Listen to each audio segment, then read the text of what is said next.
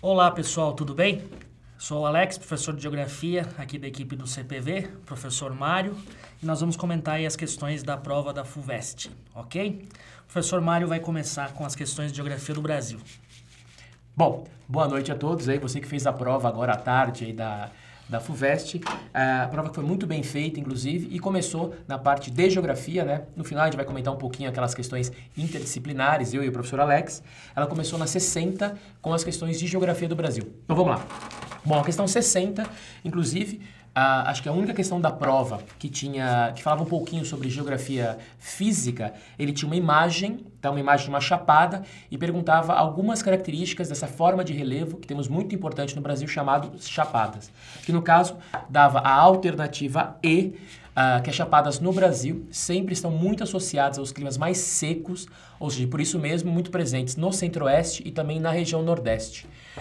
Inclusive algumas delas, tanto para o centro-oeste quanto para o nordeste, muito usadas hoje em termos de turismo, tá? Como a Chapada dos Veadeiros, ali próximo de Brasília, Guimarães, em Mato Grosso, próximo ali a Cuiabá, e acho que a mais importante hoje do Brasil é a Chapada Diamantina, ali no interior da Bahia. Questão bem interessante aí, resposta então alternativa E. Seguindo a prova então, essa parte de Brasil, a questão 61 tinha um texto no comecinho sobre aquela tragédia que tivemos em janeiro, aliás um ano muito chuvoso, um primeiro semestre muito chuvoso esse ano no Brasil, e fala um pouquinho sobre São Luís do Paraitinga. Teve aquelas imagens até meio dramáticas com a igreja caindo e assim por diante.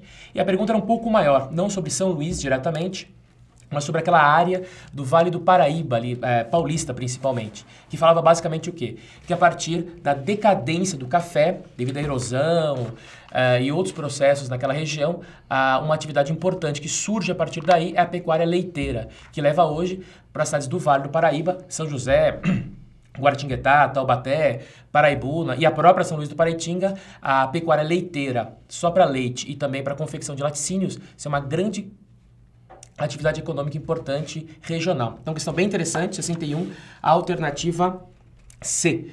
Seguindo essa parte brasileira, a questão 62, bem tradicional de geografia, que pediu um pouco de definições de alguns clássicos temas de Brasil, falava sobre os domínios morfoclimáticos brasileiros, tá? Na qual a pergunta especificamente sobre os domínios das araucárias, que principalmente está ligado ao clima subtropical da região sul do Brasil, Paraná, Santa Catarina e uma parte ali do Rio Grande do Sul. E a pergunta era o quê? Sobre algumas características dessa região, que daria então a alternativa A, que as araucárias, que é a árvore típica dessa região, sofreu um processo muito forte de desmatamento, levando praticamente à extinção, principalmente ligado ao quê? A urbanização e a atividade industrial nessa região, de madeira, para confecção de móveis, papel e celulose e também para construção civil. Tá? Questão bem tradicional de geografia.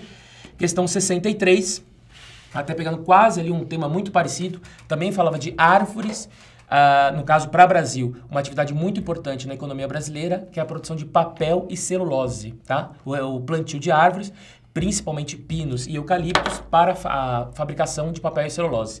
Aí tinha um gráfico, até aproveitando, uma prova que está muito, muito bem até ilustrada, na minha parte de Brasil. Tínhamos uma foto da chapada, temos também esse gráfico sobre a produção de papel e celulose. Depois o professor Alex vai comentar alguns mapas da geografia geral e outras coisinhas. Mas a alternativa, então, daria a alternativa B, tá? Que a produção, principalmente, então, de eucalipto no Brasil está associado às grandes propriedades nesse país, seja para São Paulo ou para a região sul do Brasil. E com isso, a alternativa 3 da questão estaria totalmente falsa, que ele fala que a celulose no Brasil está associado a pequenas propriedades. E, finalizando aqui a parte de Geografia do Brasil, a questão 64, sobre aquele processo, acho que para São Paulo ou para as grandes metrópoles do mundo, do mundo desenvolvido e também do mundo em desenvolvimento, daquela perda de indústrias de algumas áreas urbanizadas. Aí ele falava então sobre a desconcentração urbana, de indústrias na parte urbana de São Paulo. Tá? Aí tinha 3 afirmativas, as 3 estavam corretas, de fatores que levam hoje algumas indústrias a saírem de São Paulo. Tá? Ou seja, só para citar os fatores, no item 1, ele falava sobre o trânsito, que dificulta chegar a produtos, escoar produtos, a mão de obra é difícil chegar, chega cansada, vai embora estressada e assim por diante.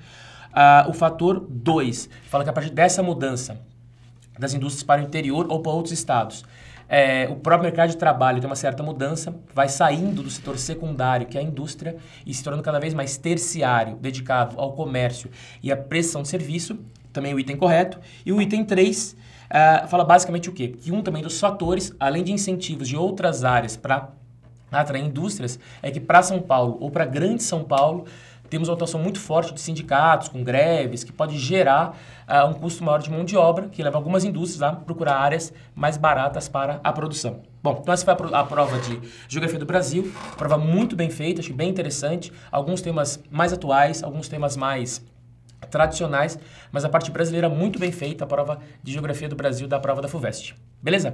Bom, agora o professor Alex vai continuar com a parte de Geografia Geral. Bem, a questão de número 65, uma questão que envolveu um assunto clássico em geografia, que são as fontes de energia.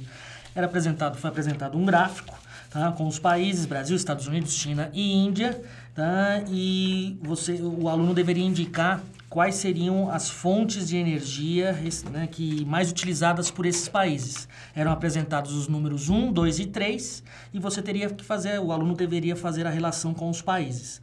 Bem, facilmente você chegaria na alternativa B, né, que destaca como número 1 gás natural, número 2 o carvão mineral, levando em consideração a utilização dessa fonte principalmente para a China, tá? E número 3 seriam as fontes renováveis, que é um destaque aí para o Brasil. Ok? Então, um assunto clássico, uma questão interessante, muito bem elaborada. Então, 65, alternativa B. A questão de 66, também uma questão muito interessante, ela apresentou uma representação esquemática, né, dos polos de poder econômico e político no mundo. Os países eram agrupados, né, e você deveria indicar um título, né, e uma legenda, completar corretamente a legenda apresentada. A banca exige os países para número 1, para o número 2 e para o número 3. Então, é um gráfico ou uma representação que indica praticamente a existência de um mundo, economicamente falando, multipolar, né? A banca utiliza o termo mundo policêntrico, tá? E as legendas seriam completadas corretamente como, número 1, países que representam uma resistência à hegemonia norte-americana. Países relacionados ao número 2 seriam os polos tradicionais econômicos, né? Os Estados Unidos, os países europeus, a Europa Ocidental principalmente, e o Japão. E número 3 seriam os países em ascensão regional, os polos regionais de poder, tá? E países que representam uma diminuição da influência econômica dos Estados Unidos, ok? Então, uma questão interessante, 66, alternativa D.